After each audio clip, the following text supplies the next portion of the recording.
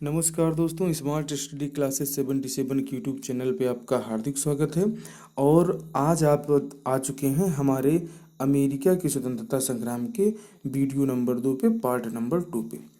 आपने अगर अभी तक हमारे अमेरिकी स्वतंत्रता संग्राम को नहीं देखा है तो आप पहले सबसे पहले हमारे पार्ट 1 को देख लें, जिसमें आपको ये पता चल जाएगा, ये एक आपको ग्राउंड मिलेगा कि आखिर में अमेरिका का स्वतंत्रता संग्राम होता क्यों है। अंग्रेज़ों की किन नीतियों के कारण अंग्रेज़ों के इस औपनिवेशिक जो है उनके उपनिवेशों में जो 13 उपनिवेश जो है उन्होंने बसाए, और वहाँ पे यूरोपियन, डच, फ्रांसीसी और ऐसे लोग जो आज़ादी चाहते थे, जो दास प्रथा से मुक्ति चाहते थे, वो धीरे धीरे आके इस अमेरिकी उपनिवेशों में बसे। और इन्होंने इनके अंदर किस प्रकार से स्वाधीनता, इनके अंदर किस प्रकार से जनतंत्र और गणतंत्र और दुनिया का पहला लोकतंत्र बनाने की जो इनके अंदर वो आई, किस प्रकार से चाय की नीतियों में जो है लॉर्ड नॉर्थ की सरकार ने, आप देखें कि पूरे सबसे पहले अमेरिका के आप ग्राउंड को समझें, और तब आप जब अमेरिका की स्वतंत्रता संग्राम के प्रभाव और परिणाम के बारे में पढ़ेंगे तो आपको बिल्कुल बहुत मजा आएगा। बिल्कुल हार्दिक स्वागत है। स्मार्ट स्टडी क्लासेस 77 आपका हार्दिक स्वागत करता है। और आज हम देख रहे हैं अमेरिका का स्वतंत्रता संग्राम। और ये अमेरिका के स्वतंत्रता संग्राम जो हुआ, और जब ये स्वतंत्र हुआ तो इसका दुनिया के अन्य देश जो हैं, दुनिया के अन्य देशों पर क्या प्रभाव पड़ा इस अमेरिकी स्वतंत्रता संग्राम का, एक बहुत ही महत्वपूर्ण क्लास है। आइए, आपका हार्दिक स्वागत है और शुरू करते हैं स्मार्ट स्टडी क्लासेस 77 पर। आपको हमारे चैनल पे टारगेट 2022 बैच चलाया जा रहा है, जिसमें आपको एनटीए नेट जेआरएफ के लिए बहुत ही महत्वपूर्ण क्लासेस हैं, और साथ ही साथ सभी परीक्षाओं के लिए जो है हमारे चैनल पे प्रैक्टिस सेट मौजूद हैं। आप इनको ज्वाइन करें, आप इनको परीक्षा हाल में जाने से पहले एक बार ज़रूर देखें। आइए, आज हम देखते हैं अमेरिका के स्वतंत्रता संग्राम। जब वहाँ पे पहला गणतंत्र, दुनिया का पहला गणतंत्र और दुनिया का पहला लिखित संविधान बनता है, तो इसके बनने के पहले के कारण क्या थे, उन कारणों पर हम चर्चा कर चुके हैं। भाग एक का आज उस परिणाम को हम देखते हैं कि अमेरिका के स्वतंत्रता संग्राम के जो है क्या कारण हुए। अब देखिए कि सबसे पहले जॉर्ज वाशिंगटन के बारे में आप जानें कि जॉर्ज वाशिंगटन साहब वही हैं जिनके जिनके कुशल नेतृत्व के कारण कॉर्नवालिस जो ब्रिटिश सेना के अध्यक्ष थे, अमेरिकी जनता, जो अमेरिका की जनता की एकता के समक्ष उनको आत्मसमर्पण करना पड़ा। कितनी महत्वपूर्ण बात है दोस्तों कि अमेरिका के लोग, लॉर्ड कॉर्नवालिस जो इतने बड़े सेनाध्यक्ष थे अंग्रेज़ों के, पूरे उपनिवेशों में जो है अंग्रेज़ों का नेतृत्व कर रहे थे, लेकिन उनको जॉर्ज वाशिंगटन के कुशल नेतृत्व के सामने झुकना पड़ा, और उन्होंने जो है सब सर्वप्रथम तो आत्मसमर्पण कर दिया। और साथ ही कारण क्या हुआ कि यूरोप के जो दोस्तों भाड़े के सिपाही थे, वो अमेरिकन्स की एकता के सामने टूट गए, और जिसका दूरगामी परिणाम समूची दुनिया पर हुआ।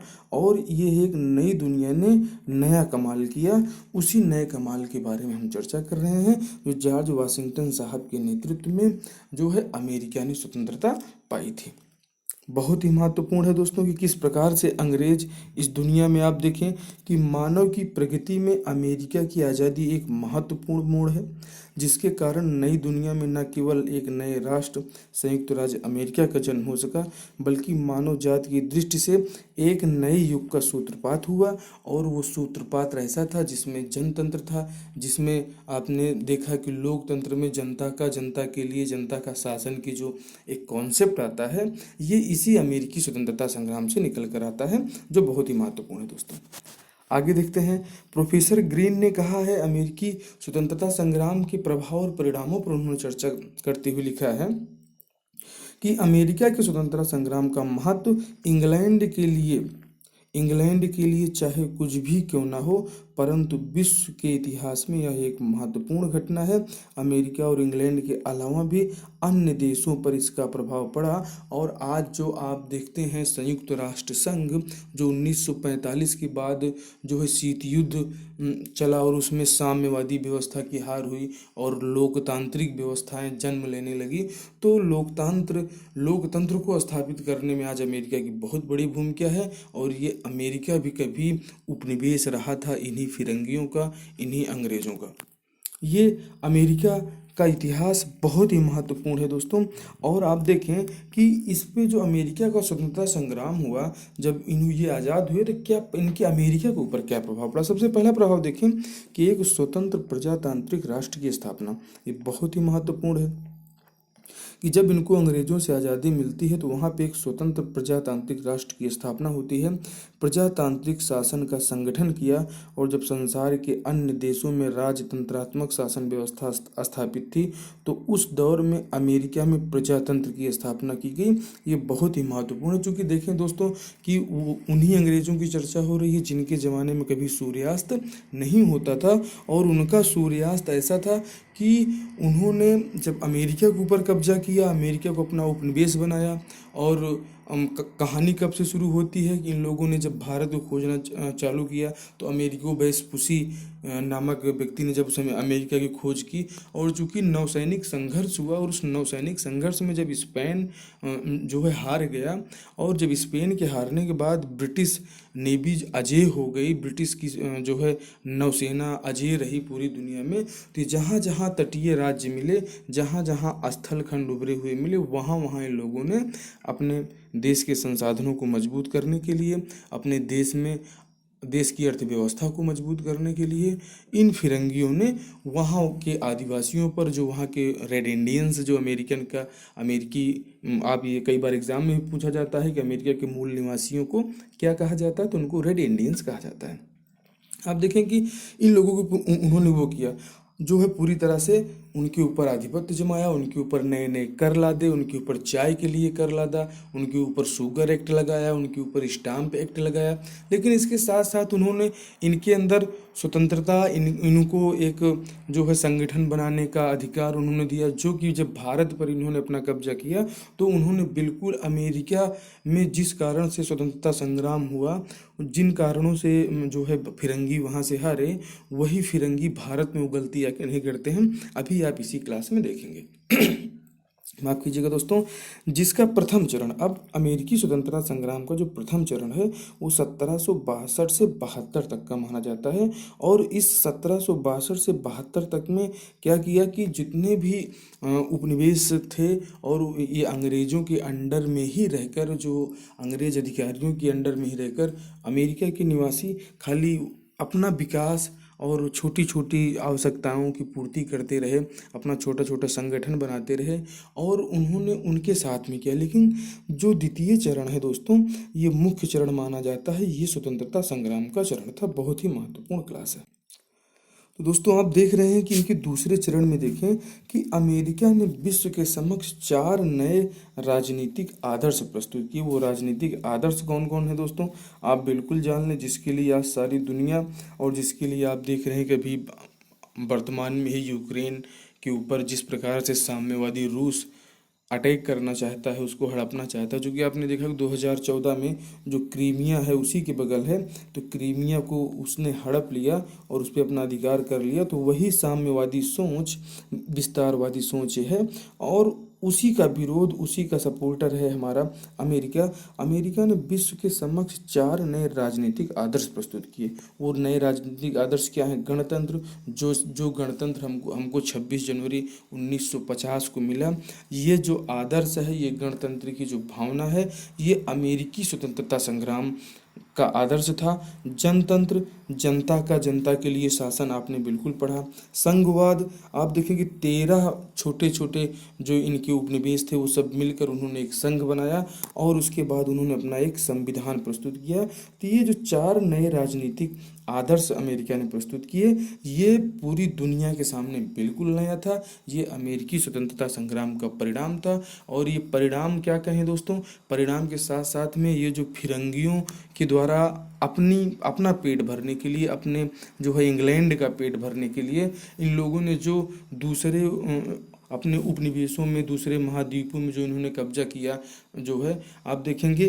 कि अमेरिका में प्रतिनिधि सरकार की स्थापना हुई। चूँकि इससे पहले जब अंग्रेज़ों का उपनिवेश हुआ करता था, तो ये खाली वहाँ पे जो है पूरा लूटने के चक्कर में रहते थे। और जब ये वहाँ से हारे, और हार के कॉर्नवालिस जो है जॉर्ज वाशिंगटन साहब के सामने आत्मसमर्पण करके भाग गए, तो यहाँ पे अमेरिका में एक प्रतिनिधि सरकार की स्थापना होती है और एक लिखित संविधान का निर्माण किया जाता है। और जो हमारा जो है मौलिक अधिकार है, ये वही मौलिक अधिकार है विल ऑफ राइट्स के माध्यम से लोगों की मूलभूत स्वतंत्रता को स्वीकार कर दिया गया और इसकी स्वतंत्रता को स्वीकार किया गया। ये था जो है इसका परिणाम जो अमेरिका के ऊपर हुआ दोस्तों। आगे देखते हैं कि प्रथम चरण में आप देखें कि 1762 से 72 तक में औपनिवेशिक शासन। अब औपनिवेशिक शोषण क्या था दोस्तों? औपनिवेशिक शोषण कि जो वहाँ के अंग्रेज लोग वहाँ ब्रिटेन से आके और यहाँ से 3 साढ़े 3 हज़ार किलोमीटर की जो इतनी लंबी दूरी थी, इतनी लंबी दूरी आप देखें कि ये 3.5 हज़ार मील से ज़्यादा की दूरी में ये अपनी राजनीति और अपना नियम कानून की लोहे की छड़ तक बनाने के लिए जो कारखाना एक्ट अंग्रेज लोग ले आए थे, वो ये था औपनिवेशिक शोषण। वो उनके ऊपर शुगर एक्ट लगा दिया गया जिससे रम बनता था और रम बनाना भी इनके लिए बिल्कुल मना कर दिया गया। और इन लोग कोई सामान अगर इनको दुनिया को बेचना है तो पहले इंग्लैंड जाएगा, उसके बाद जो है वो दूसरे देशों को बेचा जा सकता था, जिससे खाली व्यापारिक लाभ और जनता के ऊपर बहुत प्रकार के कर जो है अंग्रेजों द्वारा लाद दिए गए थे। तो ये था औपनिवेशिक शोषण, मतलब जो अंग्रेजों के द्वारा शोषण किया जा रहा था उसके विरुद्ध इन अमेरिकियों ने आवाज़ उठाई और ब्रिटिश साम्राज्य के अंदर ही अपने आंतरिक सुधारों पर बल दिया। जो अमेरिका का जो आंतरिक सुधार था, जो इनका बेसिक इंफ्रास्ट्रक्चर था, जो इनकी बेसिक ज़रूरतें थी, इन्होंने उस सुधार पर बल दिया। और इनका जो अमेरिकी स्वतंत्रता संग्राम का दूसरा चरण 1772 के बाद का है दोस्तों, ये स्वतंत्रता संग्राम का चरण रहा जिसमें अमेरिकी नेताओं ने न केवल कर लगाने के अधिकार को ही चुनौती नहीं दी, बल्कि यह भी घोषित किया कि ब्रिटिश साम्राज्य खुद ही एक समस्या है और इससे मुक्ति ही एकमात्र रास्ता है। ये रास्ता जो ये 1772 में इनको मिला, वो हमें अधिकार हमें पाते पाते हम लोग कहाँ तक आ गए दोस्तों? 1947 तक हमें आना पड़ा। इन अमेरिकियों को ये समझाने में हम लोग विफल रहे। इसके लिए हमारे यहाँ महात्मा गांधी जी ने भी आंदोलन किया, हमारे यहाँ असहयोग आंदोलन हुआ, हमारे यहाँ भारत छोड़ो आंदोलन हुआ, हमारे यहाँ 1857 का स्वतंत्रता संग्राम हुआ। तो इनकी ये इनसे मुक्ति हम लोग लगातार लेना चाहते थे, लेकिन हमारे यहाँ का उच्च वर्ग, हमारे यहाँ का जो कुलीन वर्ग है, वो हमारे मध्यम वर्ग के साथ में नहीं रहा, जिसके कारण 1947 तक जो है हम लोग इन फिरंगियों के गुलाम रहे और इनके उपनिवेश के रूप में रहे। एक ऐसा उपनिवेश जो लाइक दैट अमेरिका अगर इनका उपनिवेश रहा होता तो भारत को गुलाम नहीं कर रहे थे। इनको अपने माल को बेचने के लिए, चूंकि व्यापारी हैं, ये बनियों का देश भी कहा जाता है इंग्लैंड को, तो ये लोग अपना खाली लाभ करने के लिए, व्यापारिक मुनाफा कमाने के लिए ये नए नए महाद्वीपों के ऊपर ये हमेशा कब्जा करने की सोचते थे। ये एक अपने माल की सप्लाई करने के लिए एक नया बाजार ढूंढते थे। और चूंकि उस समय जो है ब्रिटिश नौसेना अजेय मानी जाती थी, उसको कोई हरा नहीं सकता था। इसी कारण से ये जब अमेरिका में हारे दोस्तों, तो इन्होंने भारतीय उपमहाद्वीप पर भी कंट्रोल किया, भारतीय उपमहाद्वीप पर कब्जा किया। इधर ऑस्ट्रेलिया और न्यूजीलैंड के ऊपर भी ये अमेरिका से भागने के बाद ही इन दोनों तीनों महाद्वीपों के ऊपर ये लोग कब्जा कर पाए। और ये एक बहुत ही महत्वपूर्ण है कि ब्रिटिश साम्राज्य खुद ही एक समस्या है और इससे मुक्ति ही एकमात्र रास्ता है। ये द्वितीय चरण रहा 1772 के बाद का। आप सोचें कि 1772 में लोगों ने ऐसा कर लिया और अभी हमारे यहाँ ये 1764 में आप देखें कि ये जो है बक्सर की लड़ाई भी लड़ रहे हैं और यहाँ पे इंडिया में बक्सर की लड़ाई लड़ रहे हैं और वहाँ अमेरिका से खदेड़े जा रहे हैं, ये वही फिरंगी हैं। लेकिन संचार व्यवस्था उस समय ऐसी नहीं थी कि अमेरिका में किस प्रकार से जो है ये फिरंगी कब्जा कर रहे हैं, किस प्रकार से वहाँ के नागरिकों को परेशान कर रहे हैं। तब हम भारतीय उससे वाकिफ़ नहीं थे। और अगर आज जैसी संचार व्यवस्था होती तो इस प्रकार के जो स्वतंत्रता जी, ये जो हमारा गणतंत्र और बंधुत्व है, ये उदारवाद है, ये साम्यवाद है और ये लोकतंत्र है, आज किस देश में कहाँ क्या हो रहा है तुरंत इसकी हमें जानकारी मिल जाती है। और अगर 1772 के उस दौर में जब 1764 में अंग्रेज़ों ने हमारे यहाँ बिल्कुल कब्जा किया और दोनों लड़ाइयाँ बक्सर की भी लड़ाई इन लोग जीते जो है। और तो आप देखें कि ये ब्रिटिश साम्राज्य खुद ही एक समस्या था, और इनके जो दुष्परिणाम थे, अंग्रेज़ों ने जो आज़ादी अमेरिका के लोगों को दी थी, जो आज़ादी अमेरिका के जो है लोगों के पास थी, संगठन बनाने की, अभिव्यक्ति की आज़ादी और उनको घूमने फिरने की आज़ादी थी, वो आज़ादी जो है जब भारत में अंग्रेज़ों ने कब्जा किया तो उन्होंने बिल्कुल यहाँ पे बैन करके रखा। और यहाँ के जो है डायरेक्ट हस्तक्षेप ना करके इन्होंने इनडायरेक्ट जो है यहाँ के तोता नवाबों और यहाँ के राजाओं को आगे करके, जो पपेट नवाब हुआ करते थे, जो पपेट राजा हुआ करते थे, छोटे छोटे राजा के ऊपर एक कब्जा करके धीरे धीरे अपनी शक्ति को मजबूत करते गए। और एक समय ऐसा आया कि 1857 का स्वतंत्रता संग्राम भी हुआ। हमारा उच्च वर्ग और मध्यम वर्ग जो है पूरी तरह से इससे विरक्त रहा, नहीं तो हमें 1857 में ही, जैसे 1772 में अमेरिकियों ने खदेड़ दिया था, वैसे हम भारतवासी भी इनको खदेड़ दिए होते। आइए देखते हैं इसका अगला पार्ट क्या है, कि ये स्वतंत्र प्रजातांत्रिक राष्ट्र की स्थापना में ही जो विश्व के सामने इन्होंने नए 4 आयाम प्रस्तुत किए, जिसमें मुख्य था गणतंत्र, जनतंत्र, संघवाद और संविधानवाद। यद्यपि ये सिद्धांत विश्व में पहले भी प्रचलित थे, लेकिन अमेरिका ने इसे व्यवहार में लाकर एक सशक्त उदाहरण प्रस्तुत किया। और गणतंत्र की स्थापना अमेरिकी क्रांति की सबसे बड़ी देन है। आज जो आप 26 जनवरी को अपना गणतंत्र दिवस मनाते हैं, ये गणतंत्र दिवस जो है, ये गणतंत्र की जो कॉन्सेप्ट आया है, जो गणतंत्र की विचारधारा आई, ये अमेरिकी क्रांति की ही देन है। नहीं तो इससे पहले इतना सशक्त उदाहरण और एक जो है ऐसा हमारे पास देखने में, उस समय अनुभूति करने के लिए हमारे पास ऐसा कुछ भी प्रमाण नहीं था। ये अमेरिकी क्रांति की देन है। आइए देखते हैं कि अगला प्रभाव क्या पड़ता है, धर्मनिरपेक्ष राष्ट्र की स्थापना। ये इससे पहले क्या था दोस्तों, कि आधुनिक इतिहास में आप देखें कि आधुनिक इतिहास में संयुक्त राज्य अमेरिका ने सर्वप्रथम धर्मनिरपेक्ष राष्ट्र की स्थापना की। नए संविधान के अनुसार चर्च में जाने के लिए किसी को बाध्य नहीं किया जाएगा। प्रत्येक व्यक्ति को पूजा एवं आराधना की आज़ादी दी गई। इस तरह धार्मिक अंतःकरण की आज़ादी देने वाला दुनिया का प्रथम देश अमेरिका बना।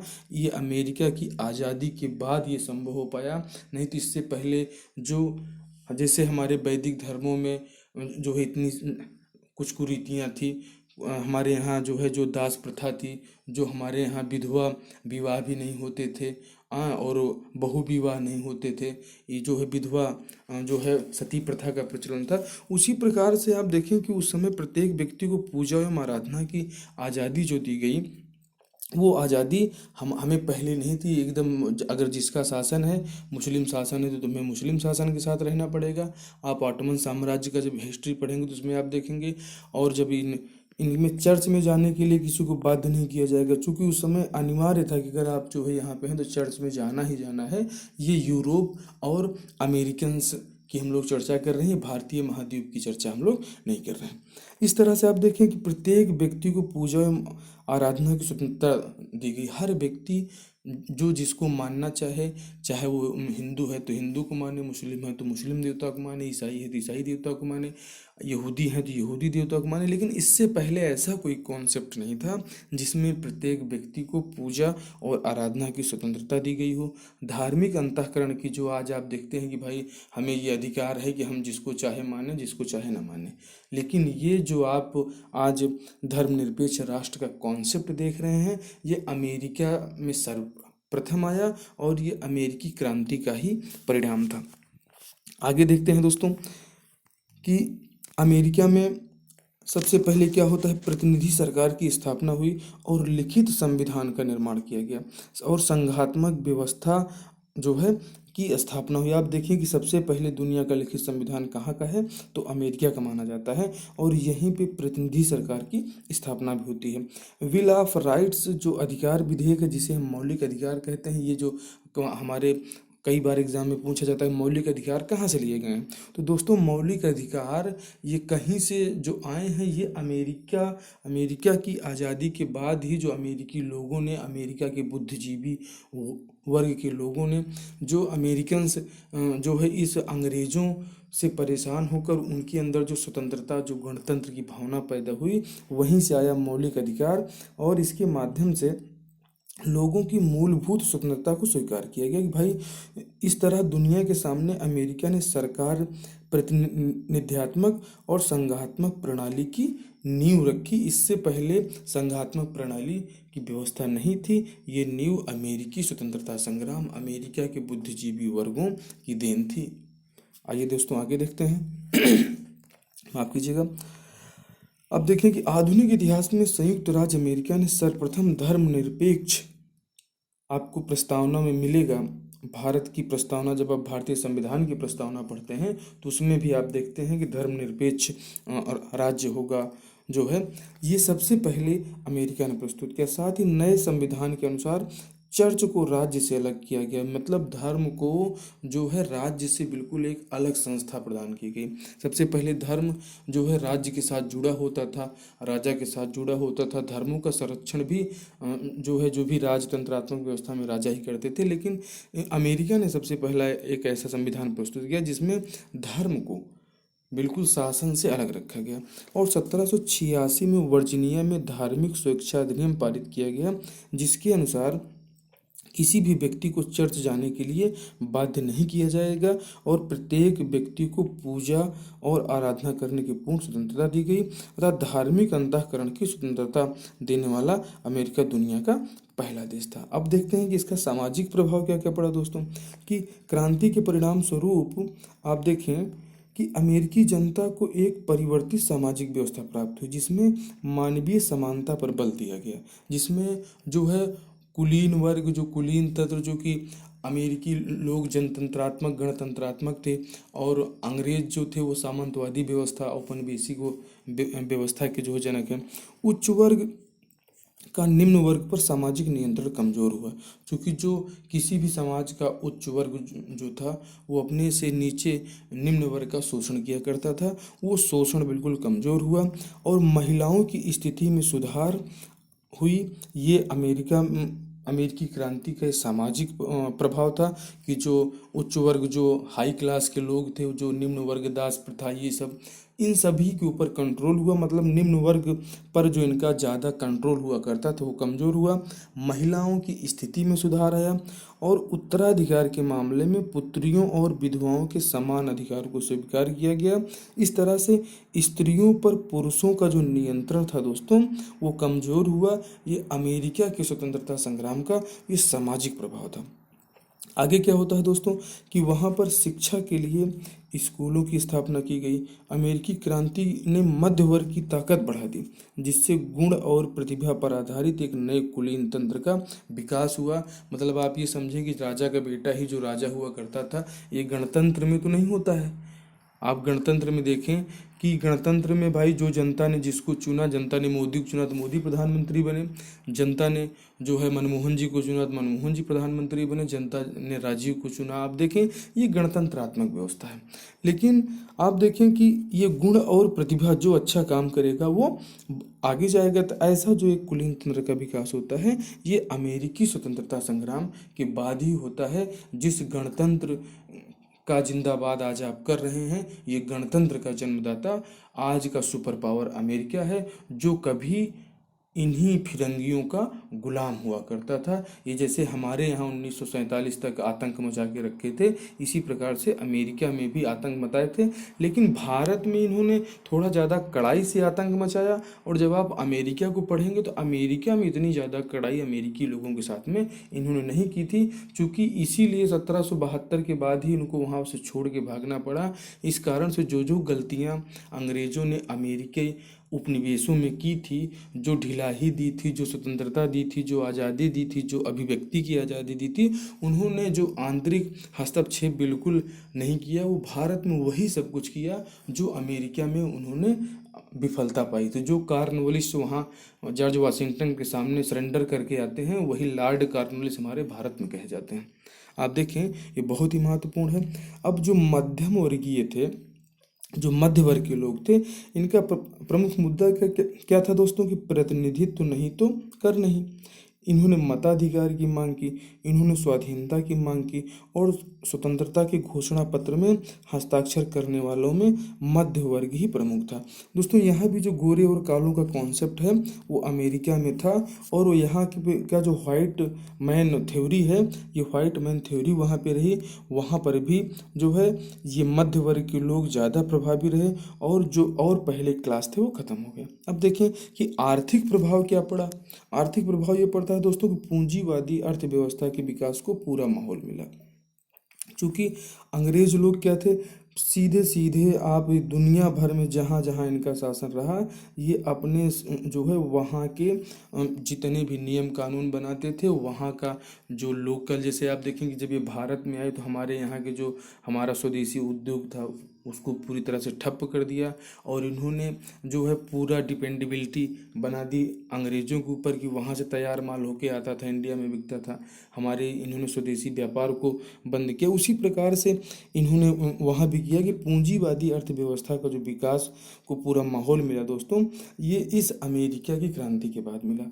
खनिज और वन संसाधनों पर राजशाही नियंत्रण समाप्त कर दिया गया। चूंकि जब इससे पहले राजतंत्रात्मक व्यवस्था थी तो इस पे जो जितने भी जल जंगल जमीन हैं जो किसी के नहीं वो वहाँ के राजा का है। उसी प्रकार से यहाँ पर अब क्या हुआ कि जो अब किसी का नहीं वो राजशाही का नहीं, जो जनता चुन के, जो प्रतिनिधि सरकार थी जो जनता चुन के भेज रही है, जो वहाँ की सरकार होगी उसका होगा, ना कि किसी राजा को होगा। अब कृषि कार्य स्वतंत्र देश के विकास में मुख्य सहायक बना। युद्ध काल में इंग्लैंड से वस्तुओं का आयात बंद होने के कारण अमेरिकी उद्योग धंधों का विकास हुआ। जो उद्योग धंधे इन लोगों ने ख़त्म कर दिए थे, इनको एक लोहे की कील तक बनाने का अधिकार जो है इन्होंने ले लिया था। आप देखें कि लॉर्ड नॉर्थ जो वहाँ के प्रधानमंत्री थे, उन्होंने चाय के ऊपर कर लगाया। चूँकि चाय पे बाकी सभी करों को ख़त्म करके चाय के ऊपर कर लगाया, क्योंकि ये बाह्य कर अंग्रेज़ों को ज़्यादा कंफर्टेबल था, और आंतरिक कर चूँकि उन्होंने कहा प्रतिनिधित्व नहीं तो कर नहीं, तो इसीलिए जिसमें प्रतिनिधित्व भाई चाय में हम इनको बेच रहे हैं तो इसलिए इनके ऊपर ये कर लगा रहे हैं। और स्वतंत्रता के बाद अमेरिका के जो बंदरगाह थे विश्व व्यापार के लिए खोल दिए गए, जिससे व्यापार में अत्यंत वृद्धि हुई। ये आर्थिक जो है प्रभाव था, इसका आप स्क्रीनशॉट रखें। और चैनल को आपने अभी तक सब्सक्राइब नहीं किया है दोस्तों तो चैनल को आप सब्सक्राइब कर लीजिए। स्मार्ट स्टडी क्लासेस आपके लिए लिया है एकदम बेहतरीन क्लास, अमेरिकन रेवोल्यूशन। आप इसके फर्स्ट पार्ट को भी देखें। आप देखें कि अब हम देखते हैं कि इसका इंग्लैंड के ऊपर क्या प्रभाव पड़ा। बहुत ही महत्वपूर्ण है कि आप देखें कि इंग्लैंड में जॉर्ज तृतीय जो वहाँ के राजा थे, इनके व्यक्तिगत शासन का अंत हुआ। जॉर्ज तृतीय एवं प्रधानमंत्री लॉर्ड नॉर्थ, चूँकि जो आप बोस्टन टी पार्टी वाली घटना देखते हैं, ये बोस्टन टी पार्टी यही लॉर्ड नॉर्थ की चाय थी। कि ये जो लॉर्ड नॉर्थ की चाय की पत्ती पूरा लद के अमेरिकी बंदरगाहों पे उतर रही थी, तो वहाँ पे जो वहाँ के लोकल लोग थे, जो वहाँ के स्थानीय थे, जो वहाँ के मूल रेड इंडियंस थे, उन्होंने इनके चाय की जितनी बड़ी बड़ी पेटियाँ थी उठा के समुद्र में फेंक दिया। उसी को बोस्टन टी पार्टी के नाम से जाना जाता है। ये बहुत ही महत्वपूर्ण है। और अमेरिका से चूंकि इनका जो है खात्मा हो गया, अमेरिका से इनको भागना पड़ा। जब इनको अमेरिका से भागना पड़ा तो इंग्लैंड में एक ऐसा माहौल बना कि भाई पूरी तरह से लोग इनको जिम्मेदार मानने लगे कि इस पूरी घटना का अगर कोई जिम्मेदार है तो ये प्रधानमंत्री जो है लॉर्ड नॉर्थ और जॉर्ज तृतीय हैं। लॉर्ड नॉर्थ ने जो है त्यागपत्र दिया, और इसके बाद पिट जूनियर वहाँ के प्रधानमंत्री बने, जिन्होंने जो है फिर से एक नए प्रशासन का गठन किया, और जॉर्ज तृतीय का व्यक्तिगत शासन खत्म हो गया। और जब 13 अमेरिकी उपनिवेश आज़ाद हो गए तो इन्होंने अपनी खोई प्रतिष्ठा एवं कच्चे माल के आयात और तैयार माल बेचने के लिए बाजार की ज़रूरत थी, जिसके लिए ब्रिटेन ने नए उपनिवेश बनाने के लिए कि ऑस्ट्रेलिया और न्यूजीलैंड में अपने नए उपनिवेश बनाए और वहाँ पे मुक्त व्यापार की नीति अपनाई। और आगे देखें कि औपनिवेशिक नीति में परिवर्तन किया और शोषण की नीति में परिवर्तन किया, जिससे उपनिवेशों में इन्होंने सीधे टकराव से बचना प्रारंभ किया। आगे देखते हैं कि फ्रांस के ऊपर क्या प्रभाव पड़ा अमेरिकी स्वतंत्रता संग्राम का। चूँकि फ्रांस ने अमेरिका का पक्ष लिया था, और सप्तवर्षीय युद्ध में जो सप्तवर्षीय युद्ध अमेरिका जो है फ्रांस और इंग्लैंड के मध्य हुआ था, तो उसमें फ्रांस को करारी हार मिली थी। तो इसका बदला ये लेना चाहता था फ्रांस, इसलिए इन्होंने इंग्लैंड के लिए जो है इंग्लैंड से इन्होंने अपना विरोध किया और अमेरिकियों का साथ दिया। और उसका प्रभाव आप भारत में भी देखेंगे कि जो आंग्ल फ्रांसीसी युद्ध होते हैं वो इसी का परिणाम है कि ये फ्रांसीसी, जो कि इनके पड़ोसी राष्ट्र हैं, जैसे पाकिस्तान और चाइना हमारे बिल्कुल पड़ोस से हमारे बाउंड्री लाइन से लगे हुए हैं, ऐसे ही इंग्लैंड और फ्रांस का जो है सिम्टम्स था, इनका कॉन्सेप्ट था और इनके आपस में युद्ध हुए। चूँकि फ्रांसीसी सप्तवर्षीय युद्ध में हारने के बाद कमज़ोर पड़ चुके थे, इसलिए इनको मजबूरन वहाँ से भागना पड़ा। और इतिहासकार हेज ने लिखा है दोस्तों, ये बहुत ही महत्वपूर्ण इतिहास है कि स्वतंत्रता की इस मशाल का जो अमेरिका में जली, स्वतंत्रता की ये जो मशाल अमेरिका में जली, जिसके फलस्वरूप वहाँ गणतंत्र की स्थापना हुई, इन्होंने फ्रांस की क्रांति के मार्ग को प्रेरित किया, जिसके कारण अब वह अमेरिकियों की तरह स्वतंत्र होना चाहते थे। वस्तुतः फ्रांसीसी क्रांति का मुख्य सिद्धांत स्वतंत्रता, समानता और बंधुत्व, जो ये नारा दिया गया स्वतंत्रता, समानता, बंधुत्व का, चूँकि फ्रांस की सेना जब यहाँ आके अमेरिकियों के साथ जो है अंग्रेज़ों के खिलाफ लड़ रही थी, अमेरिकियों के साथ आके, तो ये उन्होंने खुद भी देखा। और जब उन्होंने खुद देखा कि भाई कैसे अमेरिका के लोग एकत्रित होकर जो है इस राजशाही व्यवस्था, इस अंग्रेज़ों की गुलामी से आज़ाद हो गए, तो उसी प्रकार से ये जो है फ्रांस के लोग भी आज़ाद होना चाहते थे। और उसके बाद भी वहाँ जो है फ्रांसीसी क्रांति होती है। आप बिल्कुल चैनल पे रहें, आपको फ्रांसीसी क्रांति का भी दर्शन कराया जाएगा। और एक लफायते नाम के व्यक्ति हैं, बहुत ही अच्छे इतिहासकार हैं, उन्होंने लिखा है एक ऐसा व्यक्ति जिसने अमेरिकी क्रांति की भावना फ्रांसीसी जनमानस तक पहुंचाई। ये लफायते जी एक ऐसे व्यक्ति थे कि जिन्होंने अमेरिका में जो क्रांति हुई, इस क्रांति की भावना को फ्रांस की जनता के मध्य इन्होंने फैलाया, और जिससे वहाँ पे जो है फ्रांसीसी क्रांति भी होती है, उसको भी हम आपको पढ़ाएंगे। अमेरिका की आज़ादी में अमेरिकियों के साथ फ्रांसीसी सैनिक लड़े थे। तो जब फ्रांसीसी सैनिक लड़ रहे थे तो इनके भी तन मन में ये क्रांति का बीज पैदा हो चुका था। और अंग्रेजों से अपनी हार का बदला तो मिल गया, लेकिन इससे फ्रांस की आर्थिक स्थिति और ज़्यादा खराब हो गई, और जिससे कि ये अपने धीरे धीरे हर जगह से इनका हस्तक्षेप धीरे धीरे खत्म हो गया। अब देखिए कि सक्रिय हस्तक्षेप, अब फिरंगियों द्वारा अमेरिकी उपनिवेशों के शासन में प्रभावी हस्तक्षेप नहीं किया गया था। मतलब ये जो हस्तक्षेप करते थे वहाँ के लोकल लोगों में, वहाँ की लोकल लीडरशिप में, वहाँ को बस इनको खाली अपने व्यापार से मतलब हुआ करता था अमेरिका में, जो इन्होंने भारत में नहीं किया। लेकिन अमेरिका में उस समय इन्होंने वहाँ के जो लोकल एडमिनिस्ट्रेशन था, लोकल एडमिनिस्ट्रेशन को बिना छेड़े बस ऊपर से सारा माल इंग्लैंड लेके जाना चाहते थे, जिसके कारण अमेरिकियों में स्वतंत्रता की चेतना एवं स्वशासन की पद्धति का विकास हो पाया। अगर ये अंग्रेज ये गलती नहीं करते और शुरू से ही बहुत ज़्यादा कंट्रोल करके रखते, तो अमेरिका जो आज़ाद हुआ और आज इतना बड़ा जो है शक्तिशाली राष्ट्र और दुनिया का सबसे शक्तिशाली राष्ट्र बना हुआ है, तो ये सक्रिय हस्तक्षेप की कमी थी अंग्रेज़ों की, जिसके कारण से अमेरिका इतनी जल्दी आज़ाद हो पाया। और अमेरिका में जो हार हुई इनकी, उन्होंने जैसे ही आप देखें कि जैसे ही अंग्रेज़ों ने हस्तक्षेप करना प्रारंभ किया, तो वहाँ की जनता में असंतोष पैदा हो गया, जिससे सीख लेते हुए भारतीय उपनिवेशों में प्रारंभ से ही भारत के आंतरिक मामलों में सक्रिय हस्तक्षेप जारी रखा गया और ये हमारे भारत के निवासियों की स्वतंत्रता को सीमित रखा गया। चूँकि ये वहाँ पे जो अमेरिका में ये स्वतंत्रता, गणतंत्र, जनतंत्र और जो है बंधुत्व का ये जो भाव पैदा हुआ, ये इनके प्रभाव भी हस्तक्षेप ना करने के कारण हुआ। तो इन्होंने ये गलती आने वाले अपने अगले उपनिवेशों में नहीं की। आप देखें कि फूट डालो और राज करो, ये बहुत ही महत्वपूर्ण है। फिरंगियों ने उन परिस्थितियों को भारत में पैदा किया जिससे लोग आपस में बटे रहें और भारतीय उपनिवेशों पर अंग्रेजों की पकड़ बनी रहे।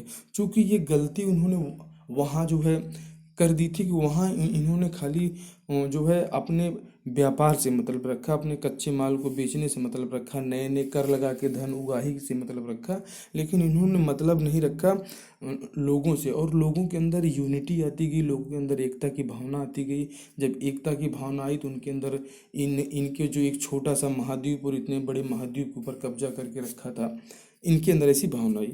और अमेरिका के स्वतंत्रता संग्राम ने फिरंगियों को एक साम्राज्य से वंचित कर दिया, तो वहीं एक दूसरे साम्राज्य पर और अपनी पकड़ ज़्यादा मजबूत कर दिया, जिसके कारण यही कारण है कि भारत 15 अगस्त 1947 को आज़ाद हो पाया। क्योंकि अंग्रेज़ों को अमेरिका तो छूट गया, लेकिन एक अमेरिका से बहुत ज़्यादा बड़ा बाजार उनको ये भारतीय उपमहाद्वीप में भारत मिला। और एक ऐसा भारत जो नेपाल भी उस समय यहीं पे था, पाकिस्तान भी यहीं पे था, बांग्लादेश भी यहीं था, म्यांमार भी यहीं था। ये पूरे इस महाद्वीप पर इनका कब्जा था दोस्तों। आगे देखते हैं कि भारत में आंग्ल फ्रांसीसी युद्ध। अब आप ये देख रहे हैं भारत के ऊपर जो प्रभाव पड़ रहा है।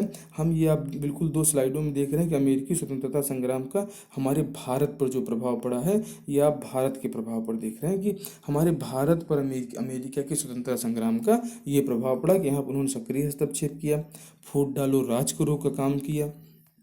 और भारत में आंग्ल फ्रांसीसी युद्ध, ये भी भारत पर अमेरिका के स्वतंत्रता संग्राम का प्रभाव था कि अमेरिका से स्वतंत्रता संग्राम में फ्रांस के प्रवेश करते ही भारत में भी दोनों के मध्य युद्ध प्रारंभ हो गए, जिसका लाभ उठाकर भारत से अंग्रेजों ने फ्रांसीसियों की शक्ति को समाप्त करके अपना साम्राज्य विस्तार किया। और अंततः द्वितीय विश्व युद्ध में अमेरिका की सक्रिय भूमिका और महाशक्ति के रूप में स्थापित होने के कारण फिरंगियों को दुनिया भर के उपनिवेशों में लोकतंत्र स्थापित करवाना पड़ा। क्योंकि जब अमेरिका का दबाव इतना ज़्यादा हो गया और ये जो है इनके उपनिवेशीकरण से परेशान हो गए, तो उन्होंने हर जगह जहाँ जहाँ अंग्रेज़ों के ऊपर दबाव बना के इन्होंने आज़ादी दिलाई, वहाँ पे इन्होंने गणतंत्र की स्थापना करवाई। ये अमेरिका का बहुत बड़ा योगदान है पूरी दुनिया के लिए। अब आप देखें आयरलैंड के ऊपर क्या प्रभाव पड़ा। अब आयरलैंड के ऊपर क्या हुआ कि यहाँ पर भी फिरंगियों के विरुद्ध आयरलैंड के लोग स्वतंत्रता के लिए लड़ रहे थे। अमेरिकी क्रांति ने उन्हें स्वतंत्र होने की दोस्तों प्रेरणा दी। अमेरिकी का जो नारा था प्रतिनिधित्व नहीं तो कर नहीं, ये आयरलैंड में बहुत प्रिय हुआ और जनता जो है और उत्साह के साथ विरोध पर आ गई जब अमेरिका में इस प्रकार से उन्होंने देखा कि उनकी एकता के सामने, उनके जो है यूनिटी के सामने अंग्रेज वहाँ से भाग खड़े हुए। तो ये स्थिति आ गई जब जनता का विरोध बहुत ज़्यादा हो गया। तो आप देखेंगे 1782 ईस्वी तक अंग्रेजों फिरंगियों ने आयरलैंड की संसद को विधि निर्माण का अधिकार दे दिया गया, जिससे कि आयरलैंड भी अमेरिकी स्वतंत्रता संग्राम में जो अंग्रेजों की हार थी उसके कारण आयरलैंड भी एक अपना विधि निर्माण कर पाया और अंग्रेजों से मुक्ति पा पाया। ये हमारी क्लास आपको कैसी लगी। अमेरिका का जो प्रभाव था पूरी दुनिया पर पड़ा और आज दुनिया की सबसे बड़ी महाशक्ति है। आप बताएं कि ये क्लास हमारी आपको कैसी लगी। और इससे और बहुत अच्छी अच्छी क्लासेस जो आपके एग्ज़ाम के लिए बहुत ज़्यादा उपयोगी है, PSC, UPSC, NTA, net, JRF और भारत की में होने वाली सभी परीक्षाओं में ये बहुत ही महत्वपूर्ण क्लासेस हैं। आप इनको ज्वाइन करें और हमारे चैनल स्मार्ट स्टडी क्लासेस को अपने दोस्तों के बीच जरूर शेयर करें। आपकी परीक्षा के लिए सभी विषयों की जो है सभी विषयों पर हमारे प्रैक्टिस सेट मौजूद हैं। 100+ प्रैक्टिस सेट चैनल पे मौजूद हैं। आप आएँ और अपनी परीक्षा को मजबूत करें। सभी वनडे एग्ज़ाम्स के लिए तो आप बिल्कुल रामबाण क्लासेस चैनल पे मौजूद हैं। अगर आपने सभी क्लासेस को एक बार देख लिया तो आप निश्चित सफलता आपके कदम चूमेगी। और मिलते हैं अभी विश्व इतिहास के अगले अध्याय में। तब तक आप हमारे चैनल पे हमारे जो जितने भी वीडियोस हैं इनका आनंद लें। आपकी परीक्षा के लिए सामान्य अध्ययन, कंप्यूटर, हिंदी, संविधान, संस्कृत, भूगोल, पर्यावरण सभी विषयों की कक्षाएं मौजूद हैं। आप इनको भी ज़रूर देखें, ये आपकी परीक्षा के लिए बहुत महत्वपूर्ण है। आप लगातार इतनी देर तक चैनल पे बने रहे। ये क्लास आपको कैसी लगी। मिलते हैं हम आपको अगली बार किसी एक नए देश कि स्वतंत्रता संग्राम को लेकर, किसी एक नए विश्व इतिहास के विषय को लेकर। विश्व इतिहास के अगले वीडियो में आपसे फिर मुलाकात होगी। तब तक आप हमारे चैनल पर बने रहें। और अगर आपको इसका PDF चाहिए दोस्तों तो आप बिल्कुल टेलीग्राम में जाएं और वहां पे टेलीग्राम में लिखें स्मार्ट स्टडी क्लासेस 77 और यहाँ पे आपको सभी कक्षाओं के PDF हमारे टेलीग्राम चैनल पे आपको मिल जाएंगे। दोस्तों आप बिल्कुल ज़रूर PDF लें। आप PDF से भी पढ़ाई करें और साथ ही साथ वीडियो को 2 बार सुने। आपकी सफलता कदम चूमेगी। मिलते हैं अगले वीडियो में आपके उज्जवल भविष्य की कामना के साथ। जय हिंद, जय भारत।